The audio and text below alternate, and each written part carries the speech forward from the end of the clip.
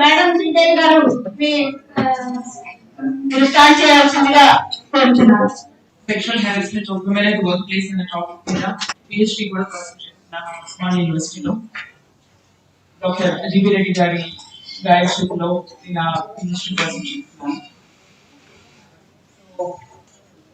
అందరికీ తెలుసు కదా, ఇవాళ మనకి గ్యాదర్ అయింది to celebrate our international women's day, right?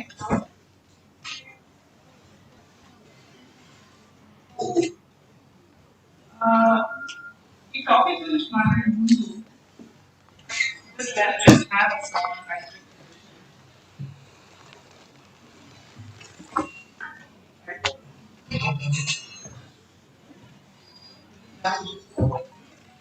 Sorry, Sundara.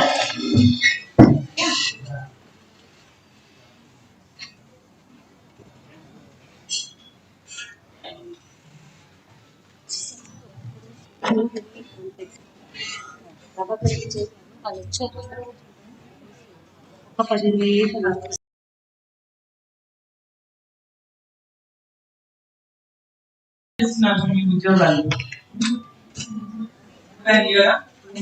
కదా, మీరేనా మీ మొత్తానికి ఎర్నింగ్ మెంబర్స్ అండ్ మీతో పాటు ఇంకా ఉన్నారు కదా, కొంతమంది మీలో మీరు ఒక్కళ్ళే ఎర్నింగ్ మెంబర్స్ కూడా ఉన్నారు, అవునా? So I think with more access to education and employment, many women are stepping into the workplace and they are becoming the earning members and foundation for the families. So మన సంపాదనే కాకుండా husband సంపాదన రెండు కలిపితేనే మన vehicle smooth గా అవునా? అలాంటి ఒకసారి చిన్న చిన్న ఛాలెంజెస్ వల్ల చాలా మంది మీరు చాలా మంది వాటికి ఉద్యోగం మానేస్తే బాగుండు, ఈ హారాస్మెంట్ తట్టుకోలేకపోతున్నాను అనుకున్న సందర్భాలు చాలా వచ్చే ఉంటాయి. మీరు వయసులో ఉన్నప్పుడు అయినచ్చు, వయసు దాటిపోయినా పెద్దవాళ్ళు అయినా కూడా ఇలాంటి సందర్భాలు, అవునా? ఇవన్నీ దేనికి we are as a working women మనం చాలా ఛాలెంజెస్ ఫేస్ చేసుకుంటాం. One of such challenges is sexual harassment. ఈ పదం అనేది చాలా మందికి ఇండియాలో, అట్లీస్ట్ ఇండియాలో చాలా మందికి అది కొత్త పదం కావచ్చు, ఎప్పుడు వినుండకపోవచ్చు. కానీ eve teasing, unwanted conduct, unwelcome sexual conduct అనేది మనకి ఎవరికి కొత్తగా. అది మనకైనా జరిగి ఉండొచ్చు, లేకపోతే వేరే వాళ్ళు ఆ సిచ్యువేషన్ ఉన్నప్పుడు మనం దాన్ని చూస్తుండొచ్చు, లేదా తర్వాత వినుండొచ్చు. కానీ ఎప్పుడైనా మీరు మాట్లాడడానికి ప్రయత్నించారు, దానికి అగెయిన్స్ట్ ఎప్పుడైనా నోరెప్పి ఇది చెయ్యొద్దు, ఇలా చెయ్యొద్దు, నాకు నచ్చలేదు, మీరు ఎవరికైనా కంప్లైంట్ చేస్తాను అని ఎవరైనా మాట్లాడారు? ఎవరు మాట్లాడరు. ఎందుకు? ఎందుకంటే ఇన్నాళ్ళు మనకి ఆ సెక్షువల్ హారాస్మెంట్ నుంచి కూడా మనకి విమెన్ కి ప్రొటెక్షన్ ఉన్నది అనే లా అనేది, ప్రొటెక్షన్ ఇచ్చే లా ఉన్నదని చాలా మందికి తెలియదు. తెలిసినా అది ఎంతవరకు ఉపయోగపడుతుంది? ఇప్పటికే ఇన్ని లాస్ ఉన్నాయి, మనకి ఏం లాస్ వస్తుంది, ఏం ఉపయోగపడుతుంది? కోర్టు చుట్టూ తిరగాలి, పోలీస్ చుట్టూ తిరగాలి. No offence to anyone please, it's just ice breaker session. So తిరిగి ఏం చేస్తాం, కాంపు ఉంటుంటే పోతుంది కదా అని చాలా మంది మనం సైలెంట్ ఉంటుంది, అవునా? సో జస్ట్ అంటే people are still busy with settling down. I have a few questions to all of you. It's మీ సింపుల్ క్వశ్చన్స్, ఏం లేవు. దీనికి ఆన్సర్ మీరు ఎస్ ఆర్ నో చెప్పచ్చు. ఎస్ అయితే జస్ట్ ఇలా చెప్పండి, నో అయితే silent form. Okay, got it? Yes అయితే జస్ట్ ఇలా. మీ పెళ్ళైందా? ఫస్ట్ ఎస్ వస్తుంది, రైట్. మీకు సిస్టర్స్ ఉన్నారా? బ్రదర్ ఉన్నారా? మోర్ దాన్ 1 year అయిందా జాబ్ చేసి? మీకు వెహికల్ ఉందా? 2 వీలర్ కానీ 4 వీలర్ కానీ? మీరు డ్రైవింగ్ చేస్తారా? మీరు లోకల్సా? Good participation, I am happy. So now let's go to the next set of questions. కానీ ఈ సెట్ ఆఫ్ క్వశ్చన్స్ కూడా మీరు ఎస్ ఆర్ నో చెప్పండి. ఎస్ అయితే ఏం లాగిలా, లేకపోతే నో అంటే కాదు. కానీ మీరందరూ ఈ క్వశ్చన్స్ కి కళ్ళు మూసుకొని చెప్పండి. Just close your eyes and just raise your hand if it's an yes. Okay? Since ఇది మిమ్మల్ని బుక్ చేయడానికి కాదు, మీ గురించి జస్ట్ తెలుసుకోవడం కోసం, మీ అందరికీ ఈ టాపిక్ మీద ఎంతవరకు అవగాహన ఉంది అనేది తెలుసుకోవడం కోసం మాత్రమే. సో ఇది ఇక్కడ మీరు ఇచ్చిన ఇన్ఫర్మేషన్ ఎక్కడికి క్యారీ ఫార్వర్డ్ అవ్వదు. మీరు క్యారీ ఫార్వర్డ్ చేయాలనుకుంటేనే మీరు ఫార్వర్డ్ చేస్తే లేదు. Okay, just close your ice and give your answer. Okay, request all of you to close your eyes. Everyone over here, please.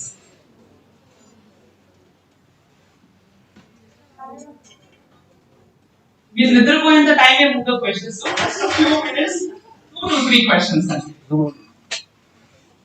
మీరు కలజోడు పెట్టుకున్నా నాకు మీరు పెట్టుకున్న కనిపిస్తలేదు నాకు తెలుస్తుందండి, ఎందుకంటే నేను కలజోడు వాడతాను.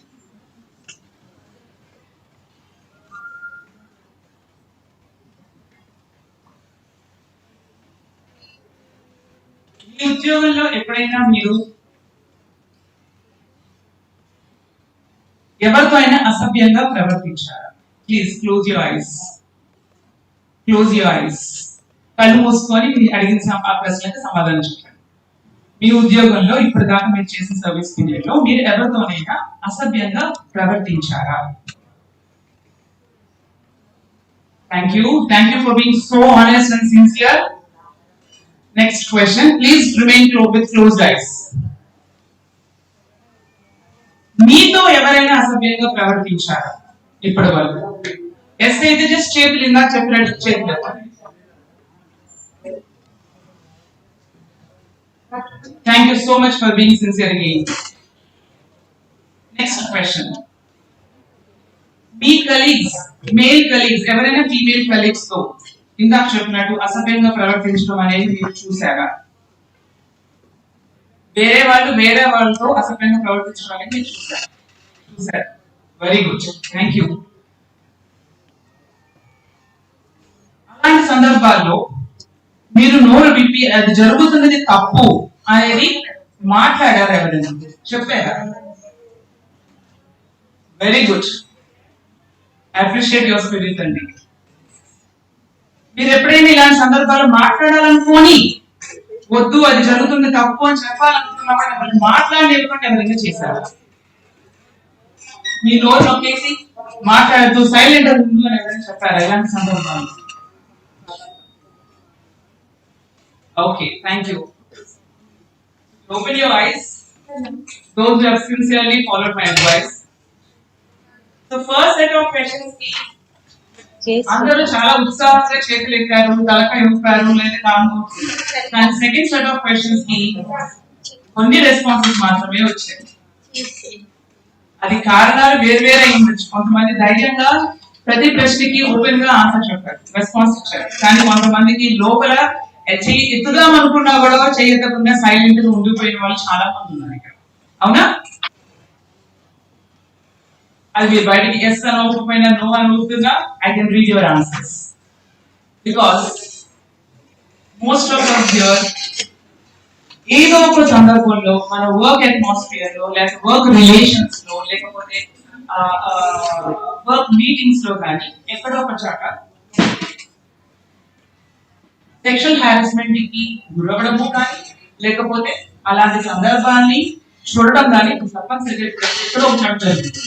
కొత్తగా జాయిన్ వయసుతో సంబంధం లేదు. మీరు పెద్దవాళ్ళు అయిపోయింటే చిన్నవాళ్ళ కళ జరుగుతున్నప్పుడు మీరు చూస్తుంటారు. మీరు వయసులో ఉన్నప్పుడు మీకు జరగచ్చు, లేకపోతే వేరే వాళ్ళు జరుగుతున్నప్పుడు చూడొచ్చు.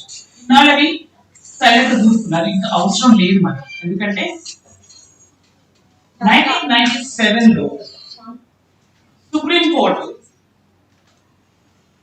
విశాఖ గైడ్ లైన్స్ అని కొన్ని ఇష్యూ చేసింది. పని ప్రదేశాలలో మహిళలపై లైంగిక వేధింపులు వంటివి జరిగితే దాన్ని ఎలా హ్యాండిల్ చేయాలి, ఎంప్లాయర్స్ దాన్ని ఎలా ప్రివెంట్ చేయాలి, అంటే ఆ విక్టిమ్ అయితే దాన్ని ఎలా అడ్రస్ చేయించుకోవాలి, ఎలా రిలీఫ్ తీసుకోవాలి, ఎలా దానికి ఒక సొల్యూషన్ తెచ్చుకోవాలి అనే విషయం మీద విశాఖ గైడ్ లైన్స్ అనేది 1997 లో ఇష్యూ. ఆ గైడ్ లైన్స్ అనేవి చాలా ఆర్గనైజేషన్స్ సంస్థలు సరిగ్గా ఫాలో అవ్వలేదు. కొన్ని MNCs మాత్రమే అక్కడక్కడ కొన్ని స్ట్రిక్ట్ గా కంప్లైన్స్ చేస్తే దాఖలాలు. Right, you agree? ఈ గైడ్ లైన్స్ అంత ఎఫెక్టివ్ గా లేవని ఎప్పటి నుంచో విమెన్ ఆర్గనైజేషన్స్ సెక్షువల్ హారాస్మెంట్ ని ప్రివెంట్ చేస్తూ దాని వాళ్ళ విక్టిమ్స్ కి కొంత సొల్యూషన్ ఇవ్వాలని ఎప్పటి నుంచో ఫైట్ చేస్తూ చివరికి 2012 లో మన నిర్భయ ఇన్సిడెంట్ తెలిసింది కదా అందరికి, Delhi gang rape case, medical student కి జరిగిన సంఘటనలో ఆ సంఘటన తర్వాత జరిగిన ఎపిసోడ్ ని 2013 sexual harassment of women at work place prevention prohibition and regulation act of 2013 అనే యాక్ట్ పాస్ అయింది. దాన్ని తెలుగులో పని ప్రదేశాలలో మహిళలపై లైంగిక వేధింపుల నిరోధం నిషేధం పరిహార చట్టం 2013 వచ్చింది. ఈ 2013 నుంచి అప్పటిదాకా సైలెంట్ గా ఉన్న లైంగిక వేధింపుల బాధితులు చాలా మంది బయటికి వచ్చి మాట్లాడుతూ ఈ యాక్ట్ కింద మనకి ఈ లా కింద మనకి ఇచ్చిన పవర్ అలా. సో ఈ యాక్ట్ మెయిన్ ఉద్దేశం ఏంటంటే సంస్థలకు యజమానులు అంటే employers sexual harassment of women employees జరగకుండా వాళ్ళు చాలా మెజర్స్ తీసుకోవాలి, ప్రివెంటివ్ మెజర్స్ అనేది తీసుకోవాలి. దానికి ఒక పాలసీ ఫ్రేమ్ చేయాలి. దాంతో పాటు అడిషనల్ గా ఇంటర్నల్ కంప్లైంట్స్ కమిటీ అనే అంతర్గత ఫిర్యాదుల కమిటీ అనేది ఒకటి ఫామ్ చేసి ఎవరైనా విమెన్ ఎంప్లాయీస్ కానీ విమెన్ కానీ సెక్షువల్ హారాస్మెంట్ కి గురైతే ఆ ఫిర్యాదుల కమిటీకి వెళ్ళి కంప్లైంట్ చేయొచ్చు. అంటే ఎక్కడికో వెళ్ళి పోలీసుకి చెప్పే బదులు, లేకపోతే మీడియాకి వెళ్ళి చెప్పే బదులు, లేకపోతే సైలెంట్ గా భరిస్తుండే బదులు ఇంటర్నల్ కంప్లైంట్స్ కమిటీ అంటే మీ ఆర్గనైజేషన్స్ లో మీ ఆఫీసెస్ లో ఇంటర్నల్ గా ఒక కమిటీని కాన్స్టిట్యూట్ చేస్తారు. దానికి మీరు వెళ్ళి కంప్లైంట్ చేస్తారు. సో ఎక్కడికో వెళ్ళి మీరు టైం స్పెండ్ చేయలేదు, ఎఫర్ట్స్ తీసుకోకలేదు, ఎక్కువ కష్టపడతారు. సింపుల్ గా ఒక రెడ్రెస్ ఒక పరిహారం అనేది ఆ యాక్ట్ లోనే ప్రొవైడ్ చేస్తారు. సో ఈ యాక్ట్ కింద ఈ మెయిన్ పిల్లర్స్ చూస్తే ఒకటి ఎంప్లాయర్ మీద కొన్ని బాధ్యతలు, అలాగే ఎంప్లాయీస్ మీద కూడా కొన్ని బాధ్యతలు. ఏంటంటే ఎవరైనా సెక్షువల్ హారాస్మెంట్ కి గురైతే ప్లీజ్ గో అండ్ కంప్లైంట్. అలాగే కమిటీని కాన్స్టిట్యూట్ చేసి ఆ కమిటీ మీద కొన్ని బాధ్యత ఏంటి, ఎవరైనా విమెన్స్ లా వచ్చి కంప్లైంట్ చేస్తే మీరు ఆ కంప్లైంట్ ని ఫలానా టైం లోపల సరిగ్గా హ్యాండిల్ చేసి వాళ్ళకి సొల్యూషన్ ప్రొవైడ్ చేయాలి. సో ఈ యాక్ట్ మీద మనం చూస్తే ఇప్పుడు అంతకు ముందు 2013 వరకు లేని క్లారిటీ కొన్ని విషయాల్లో వచ్చింది. పని ప్రదేశం అంటే ఇంగ్లీష్ లో వర్క్ ప్లేస్ అంటే ఎంప్లాయీ అంటే ఎవరు, యజమాని అంటే ఎవరు, సెక్షువల్ హారాస్మెంట్ అంటే ఏమిటి, ఇలా కొన్ని విషయాల మీద క్లారిటీ ఇచ్చారు. సో మనం జనరల్ గా కొన్ని సిచ్యువేషన్స్ లో అది జరిగినా కూడా అది మనం వెళ్ళి కంప్లైంట్ చేయడానికి మనకు రైట్ లేదేమో, మనకేం సొల్యూషన్ రాదేమో, మనం జనరల్ గా బయటికే వెళ్ళాలేమో అనే డౌట్స్ తో కూడా చాలా మంది కంప్లైంట్ చేస్తారు. అదే ఈ సెషన్ అయిపోయినాక మీకు కొంత క్లారిటీ వస్తుంది. ఎప్పుడెప్పుడు మీరు కంప్లైంట్ చేయొచ్చు, ఎలాంటి సందర్భాల్లో మీరు రిలీఫ్ కోరచ్చు, ఎక్కడికి వెళ్ళచ్చు అనేది. సో ఈ యాక్ట్ లోకి వెళ్ళే ముందు 2 స్మాల్ స్టోరీస్ చూడండి. ఫస్ట్ స్టోరీ ఏంటంటే సీత అనే ఎంప్లాయీ తను ఒక ప్రాజెక్ట్ వర్క్ మీద కాంట్రాక్ట్ బేసిస్ 1 year కి ఎంప్లాయ్ చేసుకున్న ఒక సంస్థ. 1 year అయిపోయినాక మళ్ళీ రివ్యూ చేస్తాము మీ పర్ఫార్మెన్స్ బట్టి అన్నారు. ఓకే, తన ప్రాజెక్ట్ మేనేజర్ టీమ్ మెంబర్స్ అందరితో చక్కగా వర్క్ నేర్చుకుంటూ ఆ ప్రాజెక్ట్ లో ముందుకెళ్తాం. వాళ్ళందరితో తనకి ఎటువంటి సమస్య లేదు. తను ఆ కంపెనీ యొక్క ఎంప్లాయీ కూడా కాదు, ఎందుకంటే కాంట్రాక్ట్ ఎంప్లాయీ, రైట్. సో కానీ ప్రాజెక్ట్ మేనేజర్ అప్పుడప్పుడు మీరు అంటే అప్పుడప్పుడు తన దగ్గరికి వచ్చి మీ నవ్వు చాలా బాగుంటుంది, మీరు నవ్వితే ఇంకా బాగుంటారు అది ఒక సందర్భంలో. ఇంకొక సందర్భంలో శ్రావణ శుక్రవారం వచ్చినప్పుడు చీర కట్టుకోవడం రాగానే looking so good in this sari అని పై నుంచి కిందకి సో కాంప్లిమెంట్. అది కామెంటా కాంప్లిమెంట్ అనేది చూసే వాళ్ళకి తెలుస్తుంది.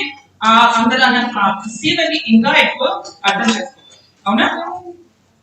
ఇంకొక 2 months లో తన కాంట్రాక్ట్ పీరియడ్ అయిపోయి వచ్చే టైంలో ఈ ప్రాజెక్ట్ మేనేజర్ సీతని తన ఆఫీస్ క్యాబిన్ లోకి పిలిచి, ఆఫీస్ క్యాబిన్ లో బోర్డు మీద వైట్ బోర్డ్ అనేది ఉంది. సో ఆ ప్రాజెక్ట్ రోజు ఏమేమి జరుగుతున్నాయో అప్డేట్స్ రాయాలి.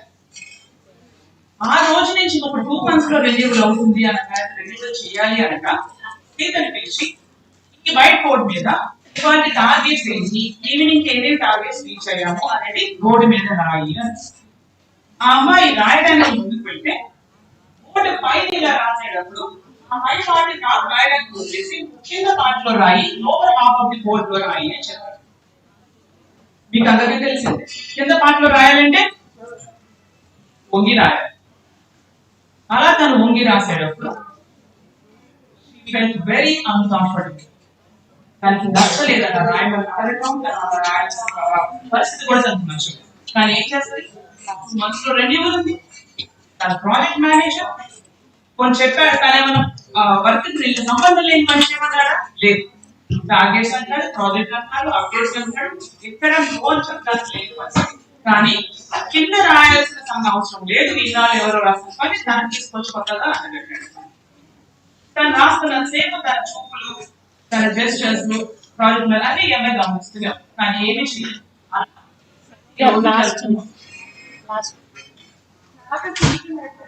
ఇది ఒక స్టోరీ. ఇంకొక స్టోరీ, ఇంకొక కంపెనీలో రాణి అనే అమ్మాయి ఒక మారుమూల ప్రాంతంలో ఉద్యోగం చేస్తుంది. వాళ్ళ డాటర్, ఆమె డాటర్ హైదరాబాద్ లో ఒక కంపెనీలో జాబ్ చేసి ఇక్కడ రూమ్ లో హాస్టల్లో ఉంది, తను చేస్తుంది. ఇలా విలేజ్ లో వర్క్ చేస్తాడు. ఆ ఆఫీస్ నుంచి కొంతమందిని డెప్యుటేషన్ మీద హైదరాబాద్ కి ట్రాన్స్ఫర్ చేసే ఫెసిలిటీ ఉందని తనకు తెలుసు, వర్క్ రిలేటెడ్. అలా తన సూపర్వైజర్ తీసుకెళ్ళి నన్ను ఆ డెప్యుటేషన్ హైదరాబాద్ నేను కొన్నాడు బాబాయ్, నేను ముందు నన్ను పంపించండి అని. ఆయన 2-3 సందర్భాల్లో ఇదిగో అదిగో అని ఆడేస్తూ ఆయన జనరల్ గా బయట ఎవరితో మాట్లాడినా కూడా లేడీస్ కూడా ఫ్రీగా కామెంట్స్ చేస్తారు, కాంప్లిమెంట్స్ ఇస్తారు, చాలా సోషల్ అనేది చాలా యూనివర్సిటీ మంచి టైప్ లో ఫీల్ అయ్యి ఇంటరాక్ట్ అవుతుంటాడు. ఈయన కూడా ఎప్పటికప్పుడు చదువుకుపోతూ ఉంది, అలా కామెంట్స్ చేస్తున్నారు, బాగున్నారు, కమలేజ్ గో ఫర్ కాఫీ అన్నా కూడా రావడం అన్ని జరుగుతూ ఉంది. పంపించండి అని చూస్తే నేను ఇంటికి వెళ్ళిపోతున్నాను, ఈ డిస్కషన్ మనము బయట ఎక్కడైనా కాఫీ తాగుతూ చేద్దాము అని అన్నాడు. ఇది ఏం చేయాలి, ఈవినింగ్ 5 o'clock అయింది, జస్ట్ క్విక్ గా ఒక వర్డ్ మాట్లాడి ఒక రిక్వెస్ట్ పెట్టుకొని వెళ్ళిపోదాం అనుకున్న మనిషి కాఫీ తాగుతూ మాట్లాడదాం అనుకున్నప్పుడు ఏమి చేయలేక సూపర్వైజర్ మాట్లాడుతున్నప్పుడు ఏమనలేక సరే ఇద్దరు కలిసి ఒక హోటల్కి వెళ్ళి కాఫీ ఆర్డర్ ఇచ్చారు. ఇక్కడ హోటల్ ఒక రెస్టారెంట్ లో కాఫీ ఆర్డర్ ఇచ్చారు. కాఫీ ఆర్డర్ ఇచ్చి కాఫీస్ ఇచ్చినాక ఆయన కాఫీ తాగుతూ ఈఎంఐ కాఫీ కలిపెట్టుకుంటూ లవ్. ఆ టైంలో ఆ మేల్ సూపర్వైజర్ ప్రపోజ్ చేశారు, ఐ లవ్ యూ అనే పదాలు వాడారు. ఈమె షాక్ అయిపోయి ఏం చేయాలో తెలియక, ఏం మాట్లాడాలో తెలియక ప్లీజ్ ఇంకా స్టాప్ అని చెప్పేసి చెయ్యి స్టాప్ అని చెప్పేసి ఇంకా మనం వెళ్ళిపోదామని ఆయన కూడా మాట్లాడింది. ఆయనకి అర్థమైంది ఏమిటి ఇష్టంగా లేదు అని. వెంటనే ఇద్దరు కలిసి వెళ్ళిపోయి ఆ హోటల్ నుంచి ఇంటికి వెళ్ళిపోయారు. తెల్లారే వచ్చి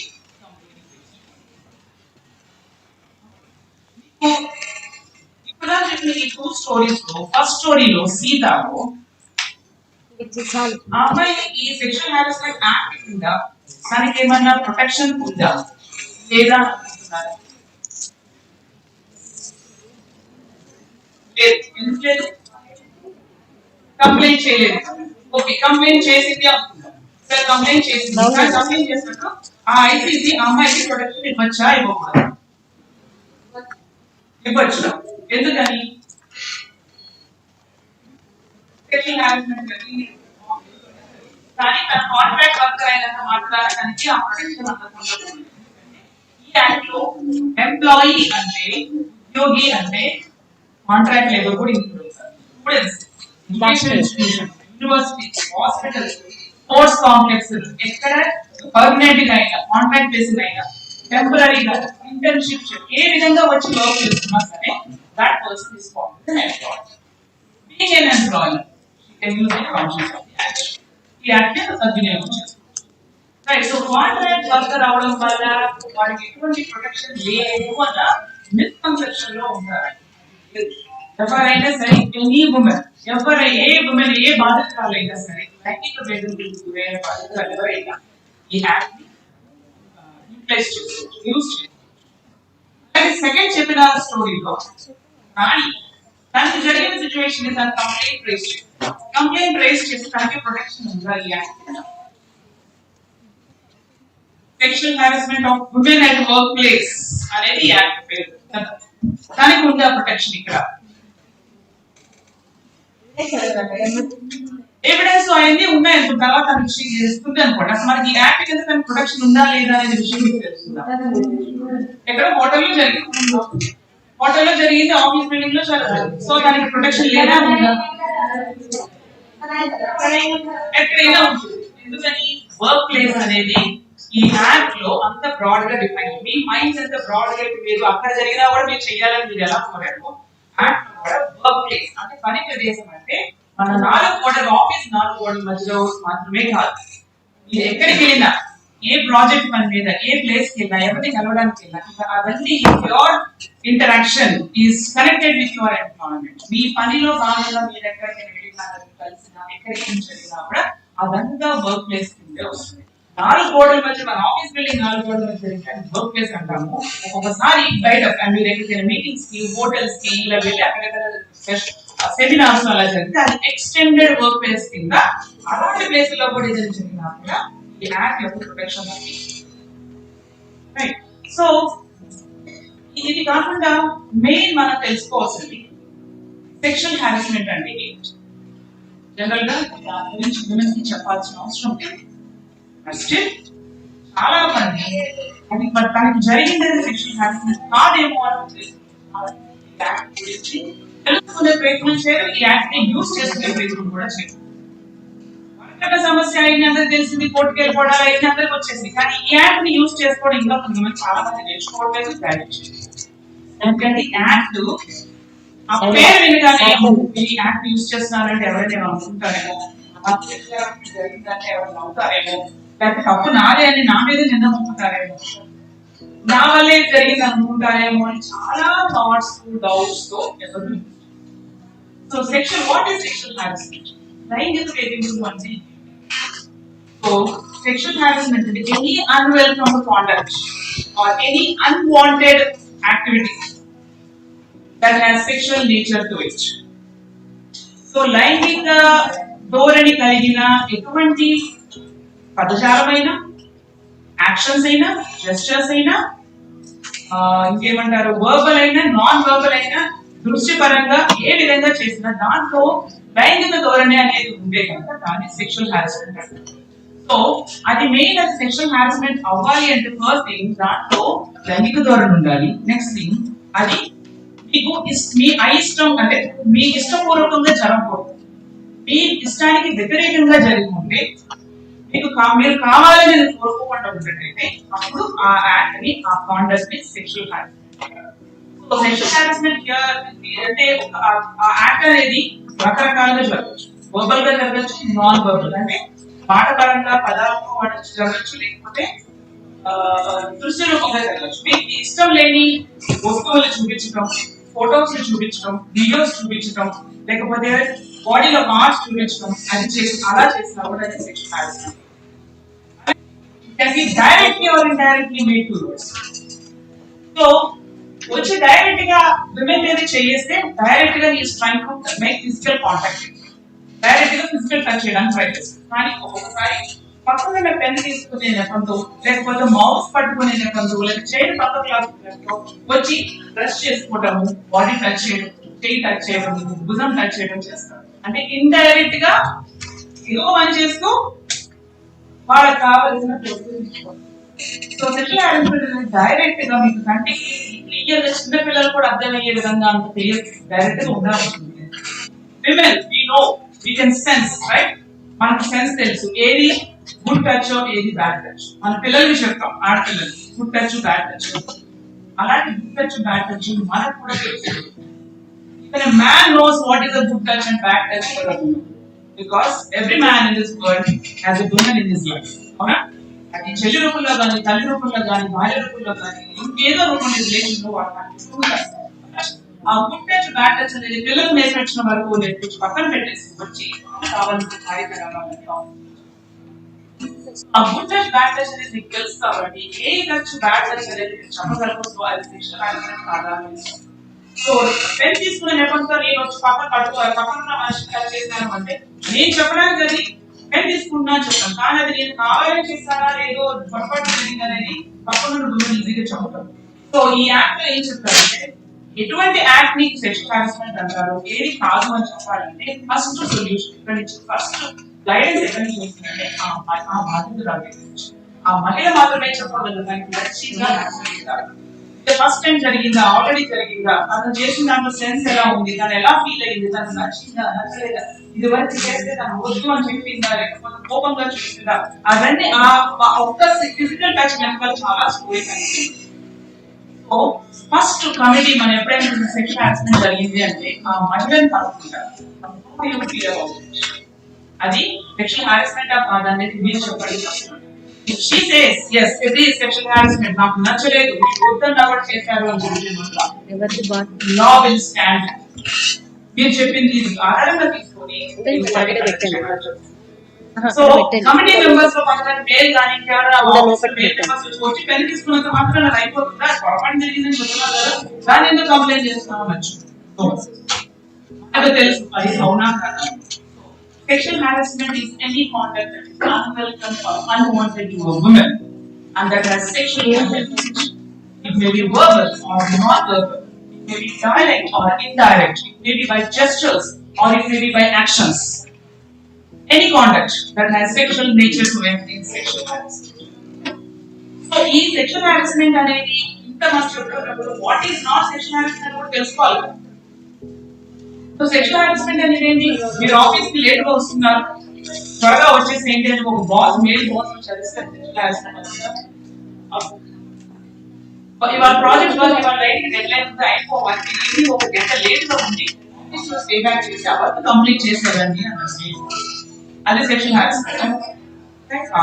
ఎందుకంటే అక్కడ వర్క్ సంబంధించింది, no sexual nature in that company, కానీ ఆ 1 hour లేట్ గా స్టే చేయని చెప్పి వచ్చినా ఏదైనా అసభ్యంగా ప్రవర్తిస్తే మాత్రం అప్పుడు అదే సెక్షువల్ హారాస్మెంట్. అమ్మాయికి ఈ యాక్ట్ కింద కొన్ని రైట్స్ వచ్చేస్తాయి. అలాగే ఒక్కొక్కసారి ఆఫీస్ లో అందరు టీమ్ మెంబర్స్ బయట లంచ్ కి వెళ్దాము, మీరు కూడా లంచ్ కి రండి అని చెప్పి అందరూ రమ్మని చెప్తారు.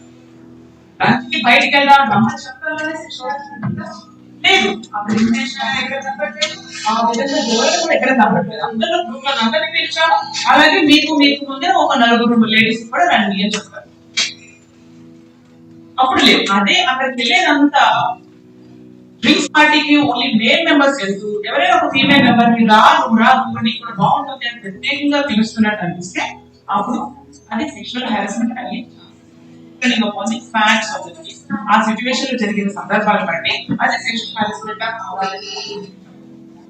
సో సిచ్యువేషన్ ఇవన్నీ కాకుండా ఏదో ఇంకొకటి ఒక్కొక్కసారి ఏమంటారు రెస్పాండెంట్ అంటే ఎవరి నిందితుడు ఉన్నాడు కదా అతన్ని తను వచ్చి నేను కావాలని పిలవలేదని, కావాలని టచ్ చేయలేదు, పొరపాటు జరిగింది అని చెప్తాడు, నా ఇంటెన్షన్ అది కాదు అంటాడు.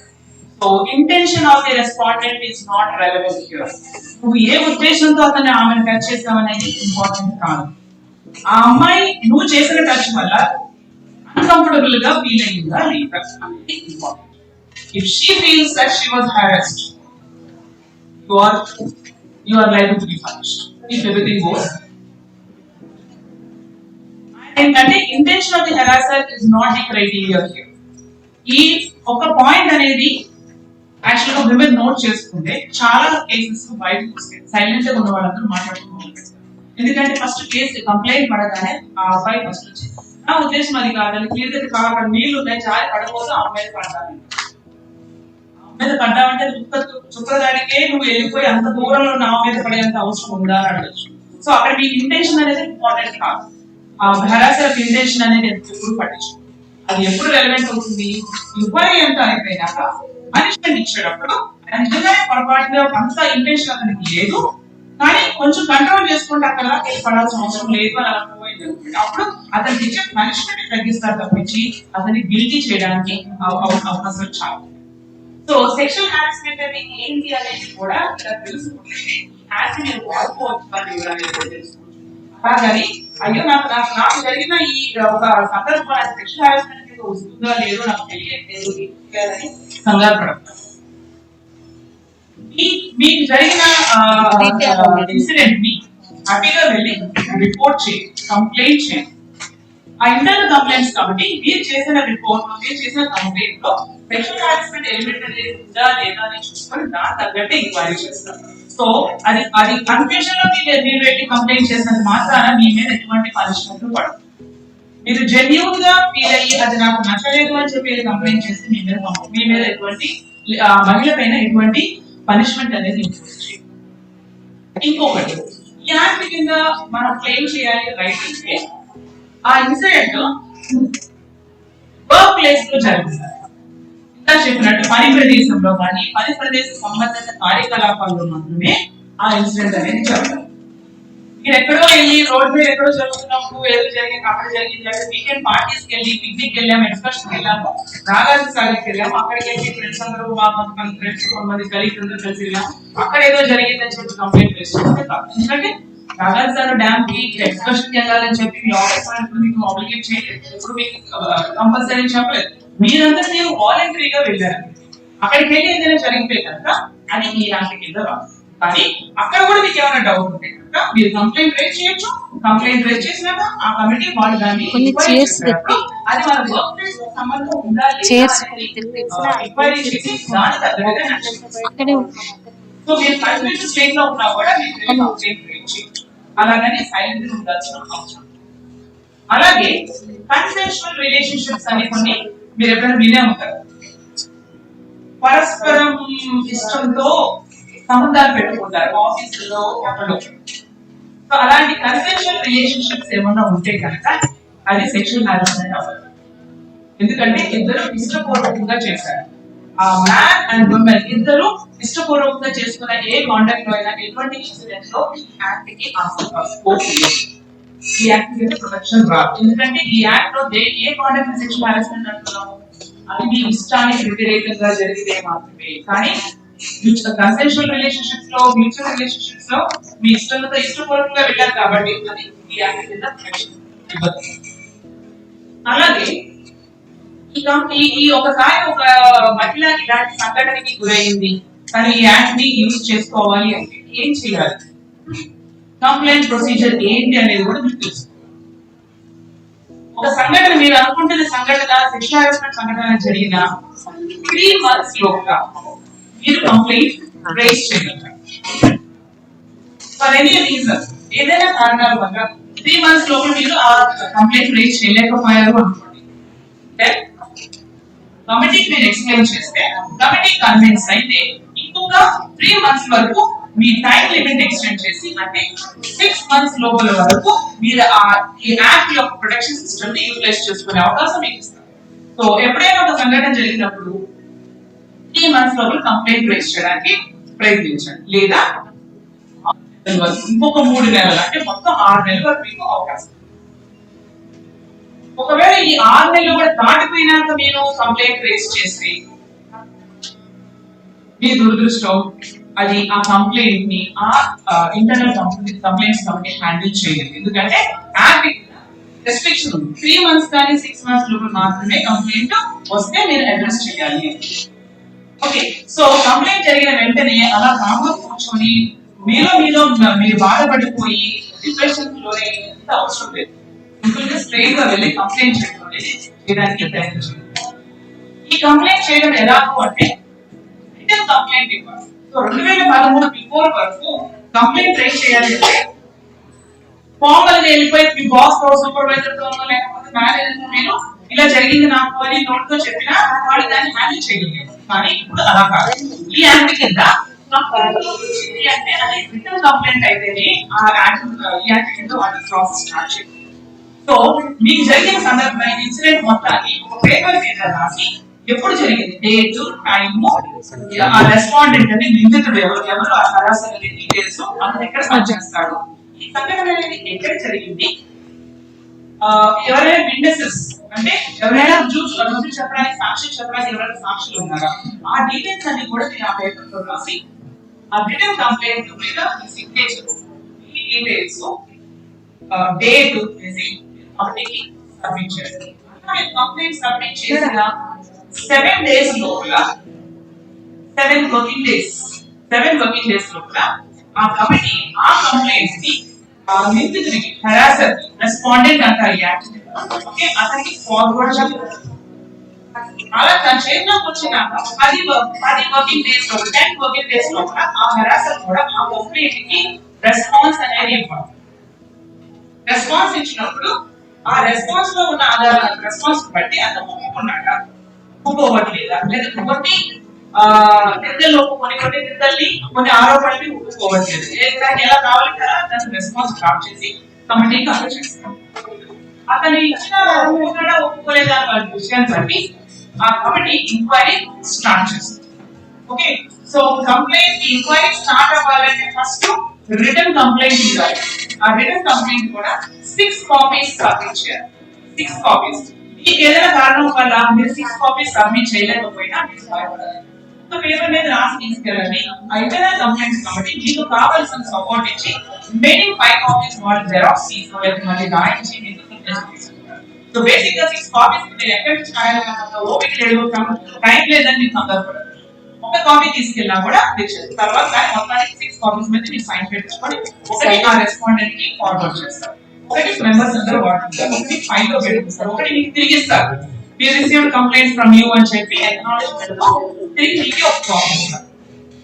ఇదంతా అయిపోయినాక కంప్లైంట్ ఫార్వర్డ్ చేయడం ఆయన రెస్పాన్స్ ఇవ్వడం కంప్లైంట్ చేసినాక నెక్స్ట్ స్టెప్ ఏంటి అంటే మీకు 2 చాయిసెస్. ఈ పరిహారం అనేది మీకు ఎలా జరగాలి, ఫార్మల్ ఎంక్వైరీగా లేకపోతే కన్సిలియేషన్. ఫార్మల్ ఎంక్వైరీ అంటే విచారణ జరగాలి. ఓకే అఫీషియల్ గా విచారణ జరగాలి. రెండోది కన్సిలియేషన్ అంటే రాజీ పడడం అంటే మనం బయటలో అనుకునే రాజీ పడడం. నేను తెలుగులో మీకు ట్రాన్స్లేట్ చెప్పాలి కాబట్టి మీకు ట్రాన్స్లేట్ చేసుకోవాలి. కన్సిలియేషన్ తెలుగులో రాజీ కాంప్రమైజ్ ఆ ఎగ్రీడ్ విమెన్ అంటే ఆ బాధితుడికి సొల్యూషన్ మీరు ప్రాపర్ ఎంక్వైరీ కావాలా కన్సిలియేషన్ కావాలా కానీ ఇచ్చిన చాయిస్ బట్టి నెక్స్ట్ స్టెప్ లోకి వెళ్తాం. సో ఎంక్వైరీ ఎప్పుడు చేసుకోవచ్చు, కన్సిలియేషన్ ఎప్పుడు సూటబుల్ అనేది కూడా నేను తెలుసుకోవాలి. కొన్ని సందర్భాల్లో కన్సిలియేషన్ రైట్ ఆప్షన్. ఇప్పుడు ఫర్ ఎగ్జాంపుల్ అది పొరపాటు జరిగిందని మీకు కూడా తెలుసుకోవాలి. అతను చేయాలని ఉద్దేశంతో చేయలేదు కానీ ఈసారి ఊరుకుంటే ఇంకొకరు ఎవరైనా వచ్చినా చేయొచ్చు చేయొచ్చు లేకపోతే నేను ఎందుకు ఊరుకోవాలి ఇలా కొన్ని సందర్భాల్లో మీకు తప్పు అని తెలిసినా అది పొరపాటు జరిగిందని మీకు తెలిసినప్పుడు కూడా మీరు దాన్ని ఎంక్వైరీ దాకా తీసుకెళ్లాల్సిన అవసరం లేదు, కన్సిలియేషన్ అవసరం లేదు. అలాగే ఒక్కొక్కసారి కొంతమందికి ఎంక్వైరీ అయితే టైం పడుతుంది, నాకు అంత టైం లేదు, నాకు ట్రాన్స్ఫర్ ఎక్కువ చోట వెళ్ళిపోతున్నాను, అది ఎక్కువగా కావాలి, అలాంటి కన్సిలియేషన్ తీసుకుంటాను. కన్సిలేషన్ చేసుకుంటే త్వరగా 2-3 సిట్టింగ్ లోనే కేసు క్లోజ్ అవడం ఛాన్స్. అలాగే కొన్ని సందర్భాల్లో కల్చరల్ డిఫరెన్సెస్ వల్ల కూడా కొన్ని ఫర్ ఎగ్జాంపుల్ నార్త్ ఇండియా నుంచి వచ్చిన వాళ్ళకి ఎవరైనా విష్ చేయాలన్నా ట్రీట్ చేయాలన్నా హక్ చేసుకోవడం లేదా షేక్ హ్యాండ్ ఇవ్వడము లేదా విష్ పెట్టి అలా విష్ చేయడం ఇలా చేసే అలవాటు. సౌత్ ఇండియాలో ఎవరికైనా నమస్కారం పెట్టలేదు ఇది కూడా పెట్టకుండా పైన స్మైల్ ఇచ్చేస్తూ నార్త్ ఇండియా నుంచి వచ్చాను నాకు తెలియదు అమ్మాయిని టచ్ చేస్తాను అని చెప్పాడు. అది నిజంగా కొత్తగా నిన్నే వచ్చాడు, అమెరికా నుంచి నిన్నే వచ్చాడు, తెలియక అక్కడ అలవాటుగా ఏదైనా చేశాడు, టచ్ చేయడం చేయడం చేసుకోవడం చేశాడు. అది నిజంగా మనకు తెలుసు. అలాంటప్పుడు ఎంక్వైరీ చేయాల్సిన అవసరం లేదు, కన్సిలియేషన్ చూస్ చేసుకొని ఆ కన్సిలియేషన్ మీటింగ్ లో ఇద్దరికి ఇలా జరిగిందని ఒకరికొకరు పరస్పరంగా లేకపోతే వేరు రూమ్స్ లో కూర్చోబెట్టి వీళ్ళిద్దరిని వాళ్ళిద్దరూ నిజంగా వాళ్ళు జరిగింది ఏంటి అనేది వాళ్ళు తెలుసు కాబట్టి వాళ్ళు చెప్పిన విషయాలు బట్టి నువ్వు ఏ విషయం మీద నువ్వు ఓకే అనుకుంటావు సారీ చెప్తే చాలు, దానికి ఒక్కొక్కసారి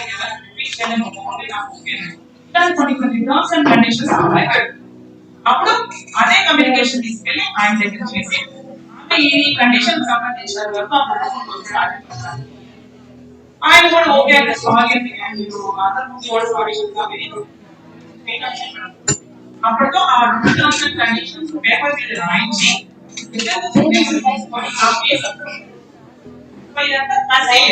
సో ఎప్పుడు కన్సిడరేషన్ ఫెస్ట్ ఎప్పుడు కాదు అనేది మీరు డెసిషన్ తీసుకోలేని సందర్భాలు అనుకుంటే కనుక you can talk to the internal affairs.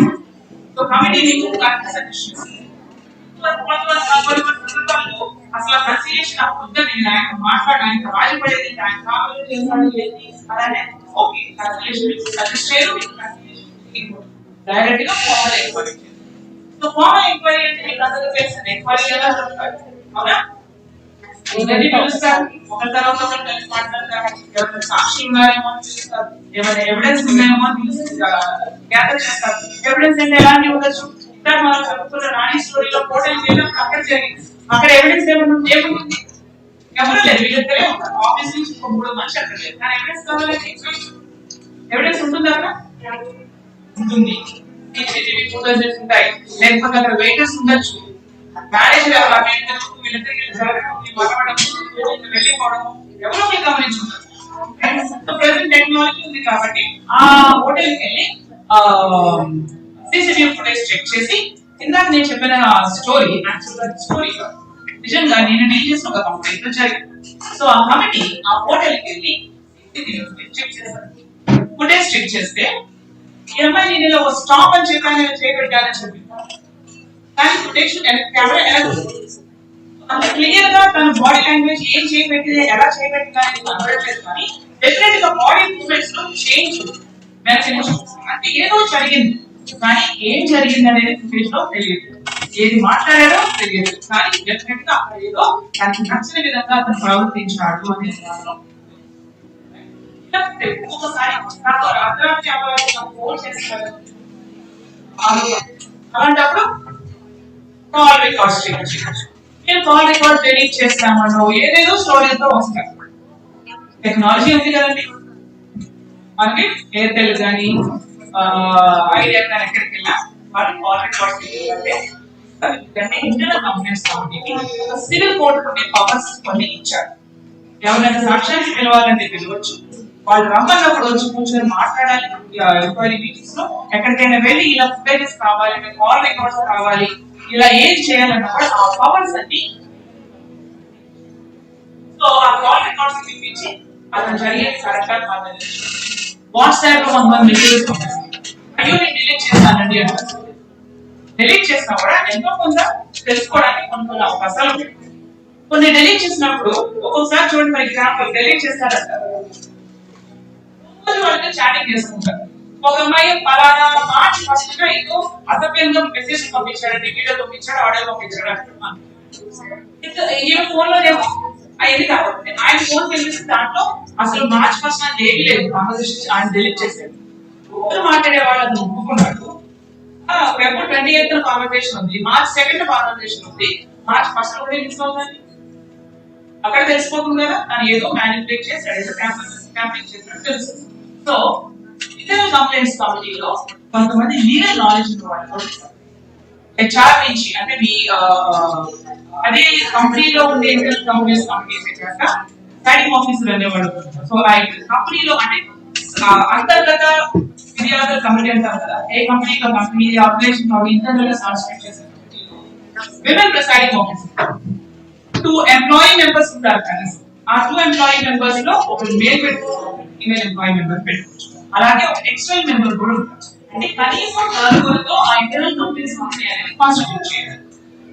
ఆ 4లో కూడా it can be less it can be 4 or more 5 6 7 10 అయినా పెట్టుకోవచ్చు, మీ రిక్వైర్మెంట్ పెట్టండి. కానీ ఎంత మంది పెట్టుకోవాలి, at least 50% of them should be women. అది సో ఎక్స్టర్నల్ మెంబర్ పెట్టుకున్నారు. ఎందుకు ఎక్స్టర్నల్ మెంబర్ పెట్టింది?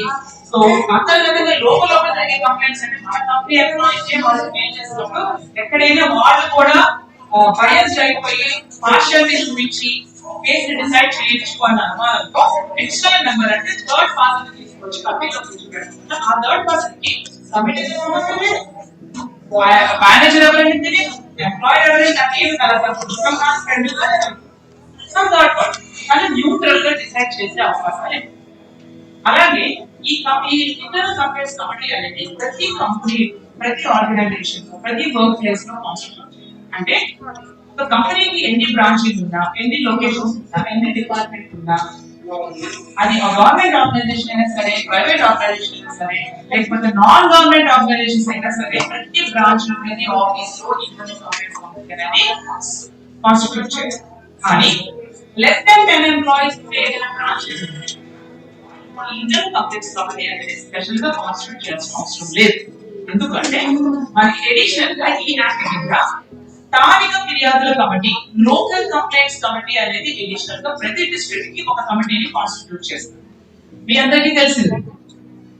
మీ ఆఫీసులో, మీ రెస్పెక్టివ్ రిపోర్టింగ్ ఆఫీసులో ఐసీ అనేది ఉంది, ఇంటర్నల్ కంప్లైంట్స్ కమిటీ అనేది ఉంది. ఇది కాకుండా అడిషనల్ గా డిస్ట్రిక్ట్ మొత్తానికి ఒక లోకల్ కంప్లైంట్స్ కమిటీ. మీరు అడగచ్చు, మనకి ఇంటర్నల్ ఐసీ ఉన్నప్పుడు మళ్ళీ ఇంకొకసారి కమిటీగా అవసరం ఏమిటి అని. అంటే కొన్ని సందర్భాలు ఇందాక చెప్పినట్టు లెస్ దాన్ 10 ఎంప్లాయీస్ ఉంటే కనుక ఐసీ కాన్స్టిట్యూట్ చేయాల్సిన అవసరం లేదు. అలాగే అక్కడ ఎప్పుడు సెక్షువల్ హారాస్మెంట్ జరగదు. సో లెస్ దాన్ 10 ఎంప్లాయీస్ ఉండటం వల్ల ఐసీ కాన్స్టిట్యూట్ చేయకుండా ఎవరైనా ఉంటే ఏదైనా సంస్థలో వాళ్ళ ఆ సంస్థలో వచ్చిన ఏదైనా కంప్లైంట్స్ ఉంటే కనుక లోకల్ కంప్లైంట్స్ కమిటీకి ఫార్వర్డ్. అలాగే ఇంకొక సందర్భం, if the complaint is against the employer himself, అంటే ఆ సంస్థ యొక్క యజమాని మీదే ఈ ఫిర్యాదు అనేది జరిగితే అతను తన కింద పనిచేసే ఇంటర్నల్ కంప్లైంట్స్ కమిటీ ఎప్పుడైనా పార్షియాలిటీ చూపించాం కదా.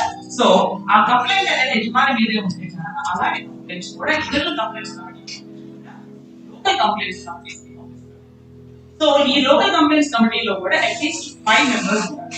చైర్పర్సన్ లోకల్ తాలూకా, బ్లాక్, తహసీల్, మున్సిపాలిటీ లెవెల్ నుంచి 2 మెంబర్స్, 1 ఫీమేల్ మెంబర్.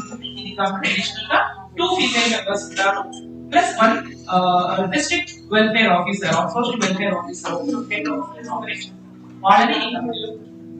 సో ఈ లోకల్ కంప్లైంట్స్ కమిటీ ఎవరు కాన్స్టిట్యూట్ చేస్తారు? District officer. So district officer ఎవరంటే ఈ యాక్ట్ కింద ప్రతి స్టేట్ లో collector or deputy collector or magistrate or additional magistrate ఎవరో ఈ నలుగురు హోదాలో ఈ 4 హోదాలో ఎవరో ఒకటి డిస్ట్రిక్ట్ ఆఫీసర్ కింద నోటిఫికేషన్. అలా మన తెలంగాణ స్టేట్ లో డిస్ట్రిక్ట్ కలెక్టర్ ని నోటిఫికేషన్. సో ఆ డిస్ట్రిక్ట్ కలెక్టర్ ఆ డిస్ట్రిక్ట్ కి సంబంధించిన లోకల్ కంప్లైంట్స్ కమిటీ అనేది కాన్స్టిట్యూట్. సో ప్రతి సంస్థ, ఆర్గనైజేషన్, వర్క్ ప్లేస్ లో ఒక లోకల్ కంప్లైంట్స్ కమిటీ ఉంది. ప్రతి డిస్ట్రిక్ట్ లో లోకల్ కంప్లైంట్స్. సో ఇవన్నీ కాకుండా మీరు తెలుసుకోవాల్సిన ఇంకొక విషయం ఏంటంటే ఈ యాక్ట్ కింద మనం ప్రొసీడ్ అవ్వాలి అంటే ఆ కంప్లైంట్ అనేది ఇంటర్నల్ కంప్లైంట్స్ కమిటీకి మీరు కంప్లైంట్ చేయాలి అంటే ఆ హెరాసర్, రెస్పాండెంట్, నిందితుడు అనుకుంటున్నారు ఆ మనిషి ఆ కంపెనీలో ఎంప్లాయీ అయి ఉండాలి. ఏబీసీ కంపెనీలో సీత పనిచేస్తుంది, రాజు మీద కంప్లైంట్ చేయాలి. రాజు ఆ కంపెనీలో ఎంప్లాయీ అయితే ఆమె ఆ ఇంటర్నల్ కంప్లైంట్స్ కమిటీకి కంప్లైంట్ చేయాలి ఆబ్వియస్లీ. కానీ ఇలాంటి ఇన్సిడెంట్స్ అనేది రాజు లాగా ఉండే ఎంప్లాయీస్ నుంచి మాత్రమే వస్తుందా? అవుట్ చాలా మంది విజిటర్స్ వస్తారు. రకరకాల సందర్భాల్లో ఇన్ఫాక్ట్ వాళ్ళలో ఎవరైనా మనల్ని హెరాస్ చేస్తే అప్పుడు అలాంటప్పుడు ఆ హెరాసర్ ఈ కంపెనీ ఎంప్లాయీ కాదు కాబట్టి ఆ కంపెనీలో ఉన్న ఇంటర్నల్ కంప్లైంట్స్ కమిటీకి ఆ కంప్లైంట్ చేయడం. అలాంటప్పుడు ఏం చేయొచ్చు అంటే ఆ మనిషి రాజు పనిచేసే కంపెనీ ఎవరో కనుక్కొని ఆ కంపెనీలో ఉన్న ఇంటర్నల్ కంప్లైంట్స్ కమిటీకి వెళ్ళి కంప్లైంట్ చేయాలి. సో రెస్పాండెంట్ మన ఎంప్లాయీ అయితేనే మన ఐసీసీకి జ్యూరిస్డిక్షన్ ఉంటుంది.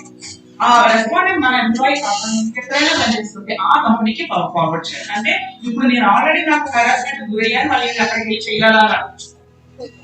ఒక లేడీ ఎవరైనా ఒక అగ్రీడ్ ఉమెన్ కి ఇలాంటి జరిగినప్పుడు తన కంపెనీలో ఐసీసీకి వెళ్ళి కంప్లైంట్ చేసి ఎప్పుడైతే ఆ రెస్పాండెంట్ వాళ్ళ ఎంప్లాయీ కాదని ఇమీడియట్ గా ఆ రెస్పాండెంట్ చేసే కంపెనీ యొక్క ఐసీకి ఫార్వర్డ్ చేసి మీరు మీ ఎంప్లాయీ మీద ఈ కంప్లైంట్ వచ్చింది, హ్యాండిల్ చేయండి.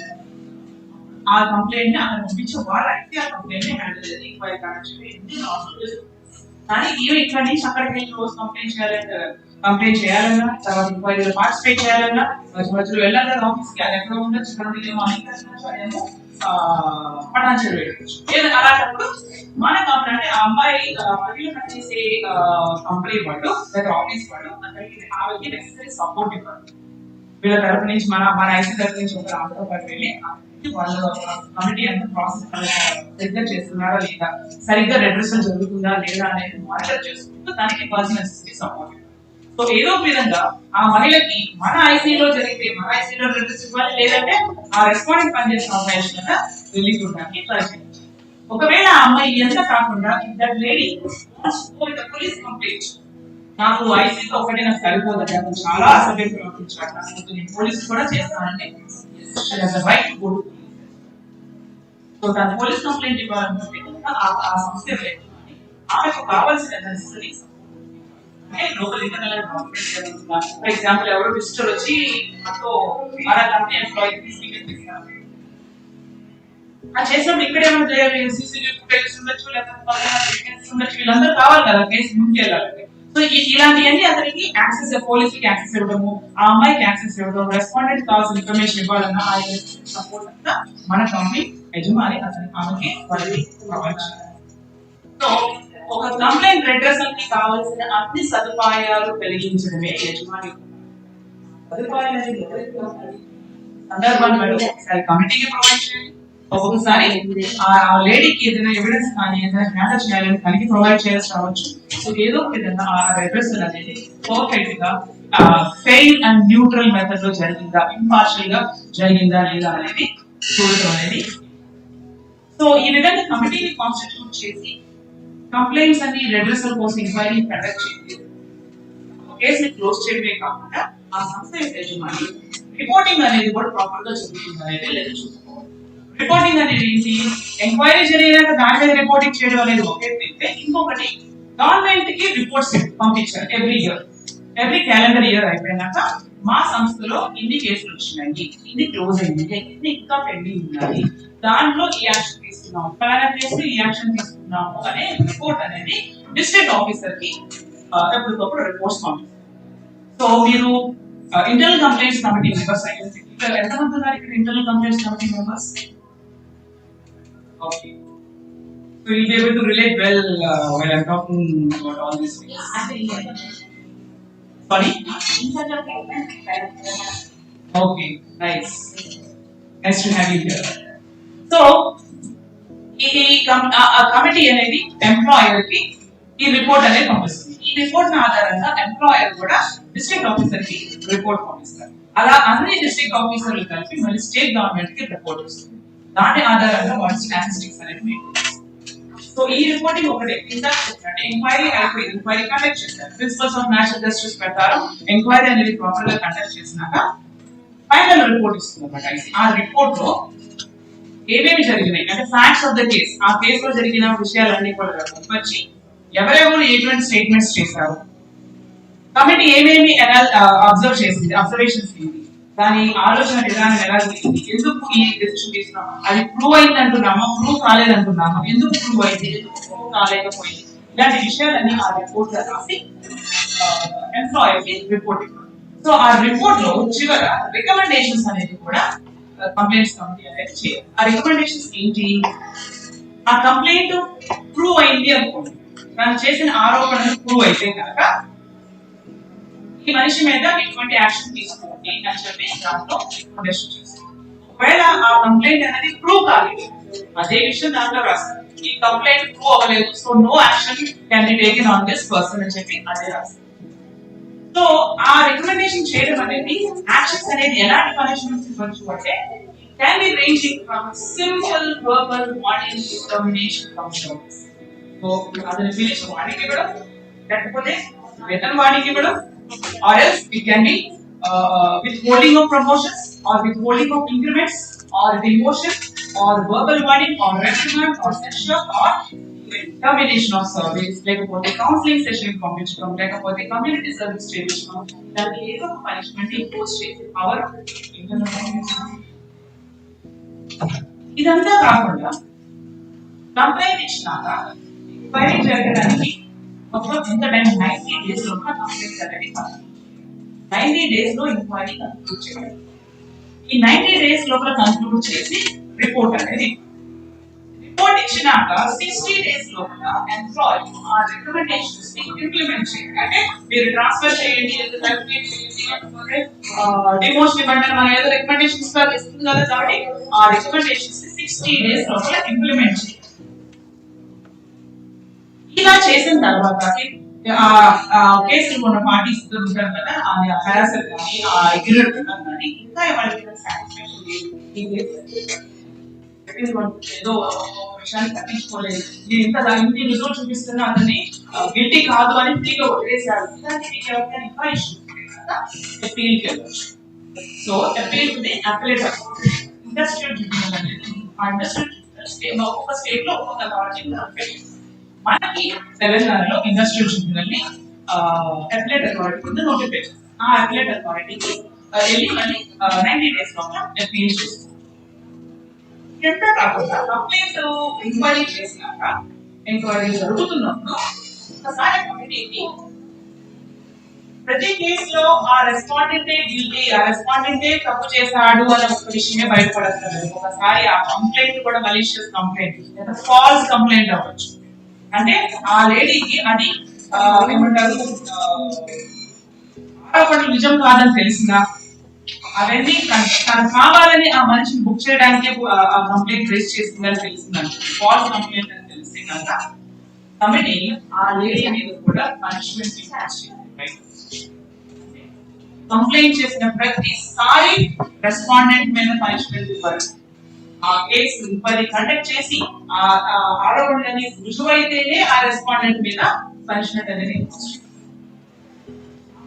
కంప్లైంట్ ఫాల్స్ అని తెలిసి తప్పు ఎవిడెన్స్ ఇస్తుంది, రాంగ్ ఎవిడెన్స్ ఇస్తుంది, ఫోటో షూటింగ్స్ ఇద్దరు ఫోటో కాపీ చేసి ఎవరో చేసి అక్కడ పెట్టేసేసి అతను చూడండి నన్ను ఎలా ఫోటో తీశాడు అని, లేకపోతే తన కాల్ రికార్డ్స్ మ్యానిపులేట్ చేసేసి ఫోన్ SMS తన నుంచి రాకపోయినా వేరే నెంబర్ ఫైల్ చేయడం తీసుకొచ్చి కావాలి నా SMS జరగచ్చు.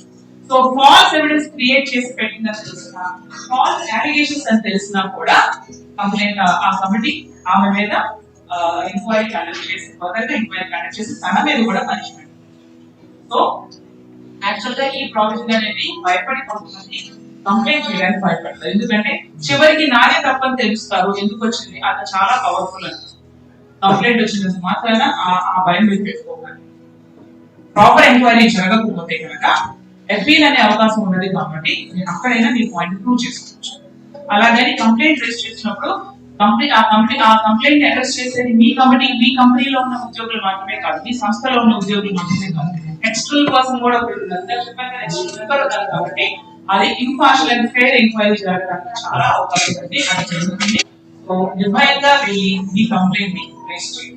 ఒకవేళ అది ఫాల్స్ కంప్లైంట్ అని తెలిసి మనం వాడు ఊరికి అవతల మనిషి ఆబ్వియస్లీ వచ్చేసి అది ఫాల్స్ కంప్లైంట్ చెప్తాడు కదా, అతను చెప్పినంత మాత్రం వెంటనే ఈ మనిషి ఆ ఫాల్స్ కంప్లైంట్ అని చెప్తాడు. దానికి కూడా ఎంక్వైరీ కండక్ట్ చేసి అది నిజంగానే ఫాల్స్ కంప్లైంట్ కాదా లేదా జెన్యూన్ కంప్లైంట్ అనేది కూడా ఎంక్వైరీ కండక్ట్ చేస్తానే. సో ఎంక్వైరీ కండక్ట్ చేయండి. ఆ కమిటీ ఎటువంటి డెసిషన్ తీసుకుంది. ఎంక్వైరీ కండక్ట్ చేయడం అంటే 1-4 సార్లు వాళ్ళని మాట్లాడటం, సంఘటన జరిగిన ప్రదేశాన్ని డ్యామేజ్ చేయడం, సాక్షులు పిలిచి వాళ్ళతో మాట్లాడటం, ఇదన్నీ కాకుండా ఇంకొక ధైర్యం కలిగించే విషయం ఒకటి ఈ యాక్ట్ కింద కాన్ఫిడెన్షియాలిటీ అనేది ఉంటుంది. ఏదైనా సరే చాలా ఒక కంప్లైంట్ రేస్ చేసిన మాట్లాడడం లేకపోతే అవసరం లేకపోయినా విడోకలు పిలిచేసి ఆ మెసేజ్ కమిటీ దానికి చాలా కాన్ఫిడెన్షియల్ గా ఉంటుంది. ఎవరితో మాట్లాడాలో వాళ్ళ వరకే పిలిచి వాళ్ళని కూడా కాన్ఫిడెన్షియల్ గా ఉంచాలి. ఈజీగా వాళ్ళతో రాయించుకొని అంటే ఎవరిని ఫర్ ఎగ్జాంపుల్ ఎవరినో సాక్షిగా పిలవాలి. ఆ సాక్షిగా చెప్పాలి కదా, కొంతవరకు ఇన్ఫర్మేషన్ చెప్పాలి. అదేదో జరిగిందా మీరు చూసారా, అక్కడ ఎవరెవరు ఉన్నారు అంటే ఆ మనిషి మళ్ళీ ఎప్పుడు బయట ఎవరు చెప్పకుండా అతను కూడా కాన్ఫిడెన్స్ లో ఉంచాలి. లేకపోతే ఈ మీద పెనాల్టీ పడుతుంది అని అన్ని విషయాలు తీసుకునే రక్షణ చేస్తారు. So committee will keep the matter very confidential. అలా కాన్ఫిడెన్షియల్ గా ఉంచాల్సిన విషయాన్ని ఎవరైనా బయటికి రిలీజ్ చేస్తే మీడియా కానీ లేకపోతే పక్కన ఎంప్లాయీస్ కానీ ఎవరైనా రిలీజ్ చేస్తే ఆ మనిషి మీద కాన్ఫిడెన్షియాలిటీ బ్రీచ్ చేసినందుకు 5,000 రూపీస్ పెనాల్టీ ఇంపోజ్ చేసే పవర్ ఎంప్లాయర్.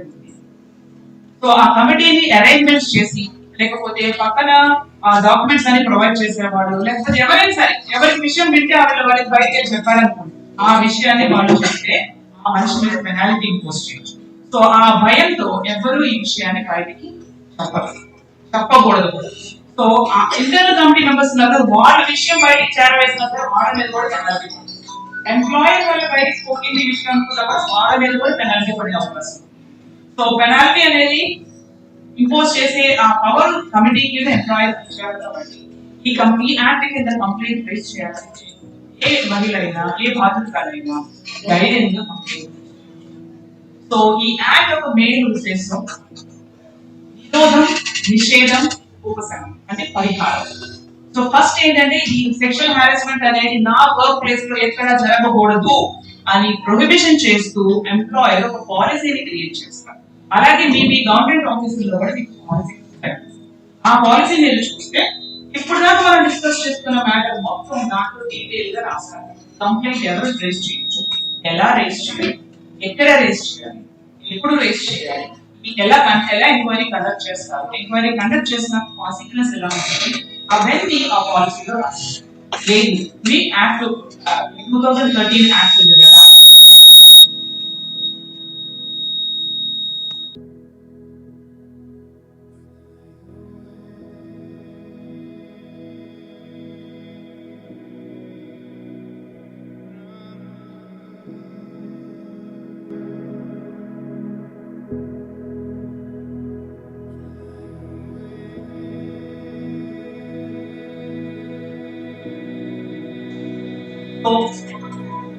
లైంగిక వేధింపులకు గురైన ఏ మహిళ అది మీరైనా కావచ్చు వేరే మహిళ అయినా కావచ్చు ఎవరు భయపడతలేదు ఈ మీరు ఆ కంపెనీలో పనిచేస్తుంటే మీ కంపెనీకి వెళ్ళండి లేదా మీకు తెలిస్తే హెరాస్ పనిచేసే కంపెనీకి ఎక్కడైనా. So who can raise complaint under this act అంటే any aggrieved woman. ఆ ఉమెన్ ఎంప్లాయీనే అవసరం అవ్వక్కర్లేదు. మీ సంస్థకి ఎవరైనా విజిటర్స్ వచ్చారు ఆ విజిటర్ మహిళని ఎవరైనా హెరాస్ చేస్తే ఆమె కూడా కంప్లైంట్ రేస్ చేస్తారు. రెస్పాండెంట్ ఆ కంపెనీ యొక్క ఎంప్లాయీ అయింటారు కానీ అగ్రీడ్ విమెన్ ఆ కంపెనీ యొక్క ఎంప్లాయీ ఎవరైనా విజిటర్ అవ్వచ్చు. ఒక ఎంప్లాయీ మదర్ వచ్చింది అనుకున్నారు ఒక ఎంప్లాయీ సిస్టర్ వచ్చింది పిక్ చేసుకుంటారు ఇంటి బయటకి వెళ్దాం అని వాళ్ళ చెల్లిని పిలిచాడు ఆ చెల్లి అక్కడ వచ్చి రిసెప్షన్ చేస్తే కూర్చున్నప్పుడు ఏం జరుగుతుంది ఆమె కూడా కంప్లైంట్ రేస్ చేయాలి. సో ఎవరికైనా ఆమె ఉమెన్ అయితే ఇంకొకటి ఈ కమిటీ ఈ ఇష్యూని అడ్రస్ చేయాలంటే కనుక కొన్ని ప్రిన్సిపల్స్ ఫాలో. ఫస్ట్ థింగ్ జిల్లా చెప్పాను ఫస్ట్ సెక్షువల్ హారాస్మెంట్ అయింది. సెకండ్ అది ఉమెన్ కి జరుగుతుంది. అది work place extended work places లో జరుగుతుంది. ఇంకొకటి ఆ రెస్పాండెంట్ ఆ నిందితుడు ఆ సంస్థ యొక్క employee last 3 months or 6 months లో జరిగితేనే ఈ కంప్లైంట్ అనేది రేస్ చేయొచ్చు ఆ కంప్లైంట్ ని అడ్రస్ చేయొచ్చు. ఇది కాకుండా ఒకసారి సెక్షువల్ హారాస్మెంట్ కు గురైన మహిళ కొన్ని కారణాల వల్ల ఆ కంప్లైంట్ రేస్ చేసే పరిస్థితులు ఉండకపోవచ్చు. మెంటల్ ఇన్కెపాసిటీ రావచ్చు ఇతరుగా తను ఆ సంఘటన వల్ల డిప్రెషన్ కి లోనయ్యి తను మాట్లాడే పరిస్థితులు ఉంటుంది. తను సిక్ అయిపోయి హాస్పిటలైజ్ అవ్వచ్చు. కారణాల వల్ల తనంతా తన కంప్లైంట్ రేస్ చేయలేకపోతే తన ఫ్రెండ్ కానీ తన రిలేటివ్ కానీ తన కన్సెంట్ తీసుకుని అంటే తన అంగీకారంతో తన తరఫున కంప్లైంట్ అలా కొంతమందికి పవర్ ఉంటుంది కంప్లైంట్ అది ఎవరు అనేది ఎక్కువ డీటెయిల్ కమిటీని అడిగితే వాళ్ళు ఇంకా ఫుల్ డీటెయిల్స్ ఇస్తారు. ఒకవేళ ఆ సెక్షువల్ హారాస్మెంట్ జరిగిన ఉమెన్ చనిపోయి ఉంటే తన తరఫున తన లీగల్ కేర్స్ ఎవరైతే ఉంటారో ఆమె తరఫున కేసు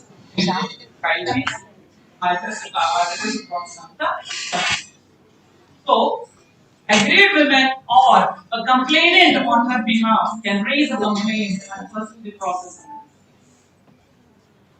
సో మీరు కొంతమంది రాయడం కాదండి, నేను ఎలా కంప్లైంట్ ఇచ్చాను సెక్యూరిటీ వాడు క్లాస్ ఎవరు రాయడం మరి రిటర్న్ కంప్లైంట్ అంటున్నారు, నేను ఎలా ఇచ్చాను నాకు రాయడం కాదు అంటే పర్వాలేదు, మీకు రాయడం కాకపోయినా కంప్లైంట్స్ కమిటీకి వెళ్ళి మీరు విషయం చెప్తే మీరు దాని పేపర్ మీద రాయడానికి కావాల్సిన సౌకర్యం కల్పించి చెబుతున్నప్పుడు వాళ్ళు రాసి మీకు తిరిగి చదివి వినిపించి మీరు చెప్పిన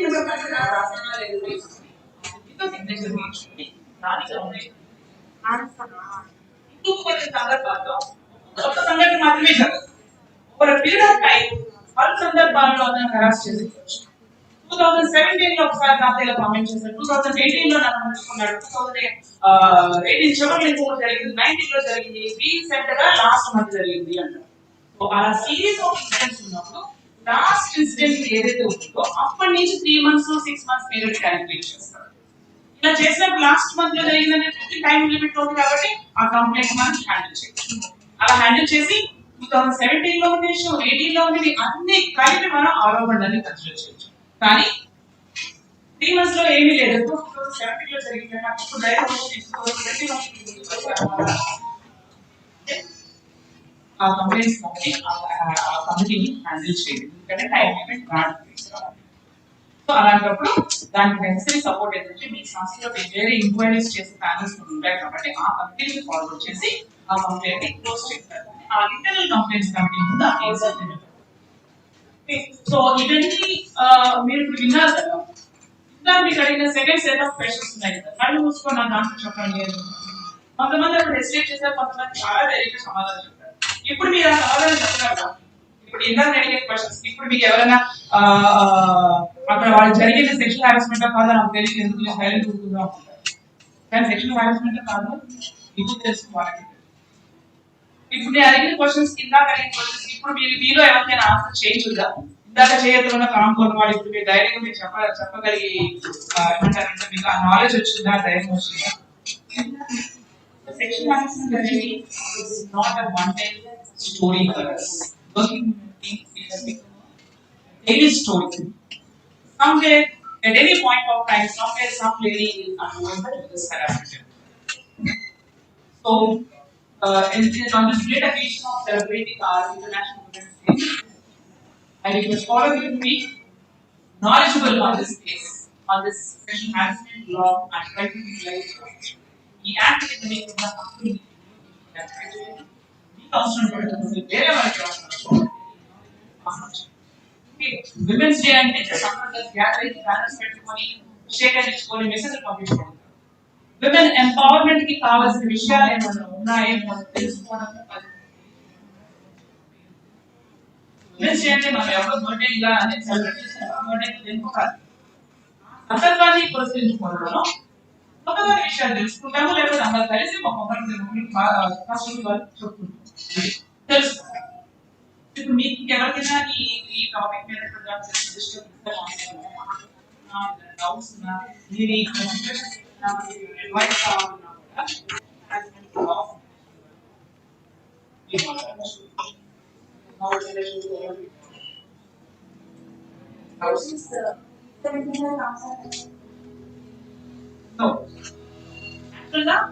సెక్షువల్ హారాస్మెంట్ అనేది ఐపీసీ కింద కూడా కొన్ని సెక్షన్స్ ఉన్నాయి, ఈ యాక్ట్ కింద కూడా అడ్రస్ చేస్తాం.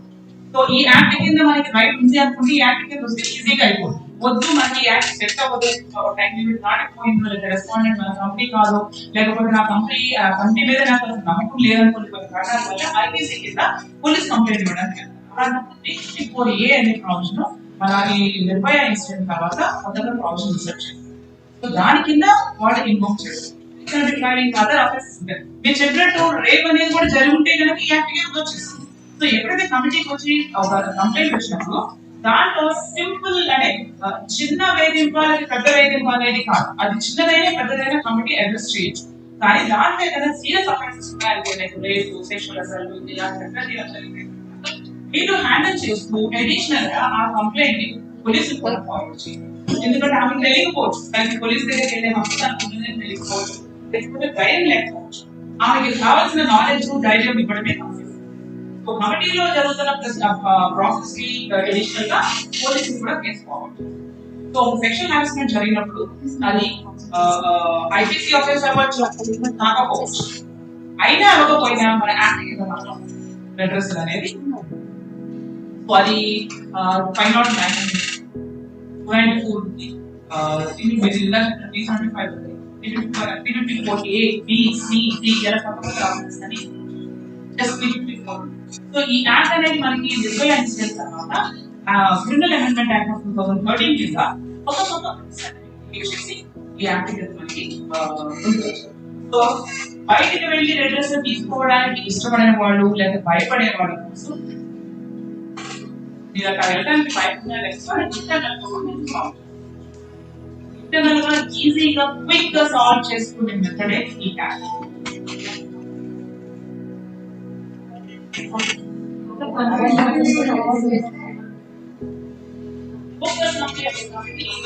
చేయకూడదు, చేస్తే మనకి ఈ రోజులో అంటే ఆఫీస్ చెప్పలేము, మనకి ఇంకా చాలా అవకాశం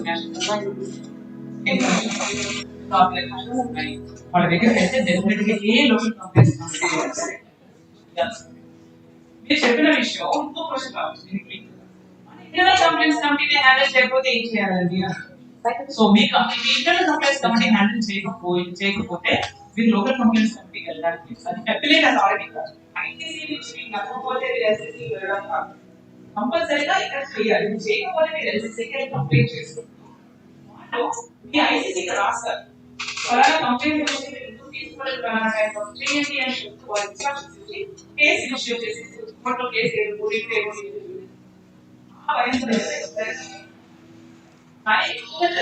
హ్యాండిల్ చేయడం అంటే కంపల్సరీ చేస్తారు. దానికి జరిగేది వాళ్ళకి డెసిషన్ కరెక్ట్ కాబట్టి అన్ని ఎవిడెన్స్ సరెండర్ చేయకపోవచ్చు.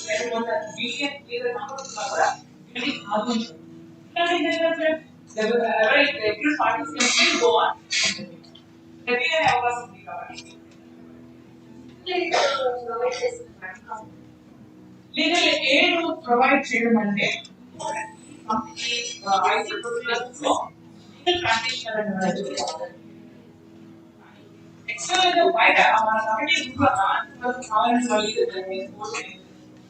మీరు చూస్తే లీగల్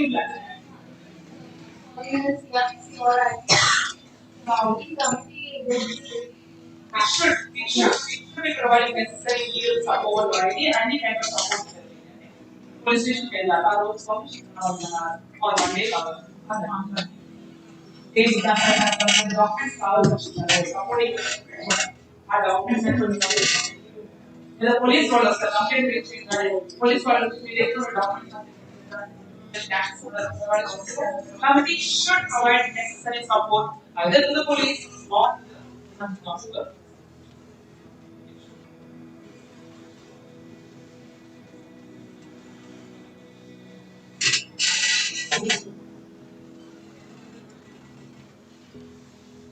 భయపడకుండా ఎవరికి బాస్ లేదు, సూపర్వైజర్ లేదు, ఏం బాస్ లేదు, ఎవరు లేదు.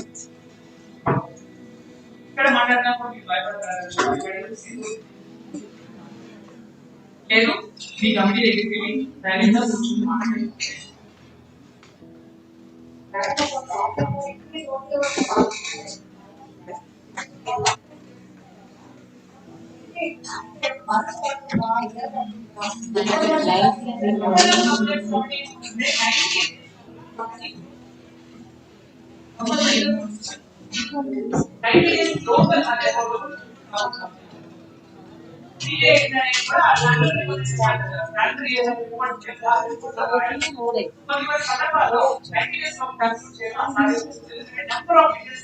ఫర్ ఎగ్జాంపుల్ ఎంతమంది ఉన్నారు ఎంతమంది అలాంటి తర్వాత ఒక్కొక్కసారి లేకపోతే పార్టీ లీలో కొన్ని భాగాలు వల్ల డిలే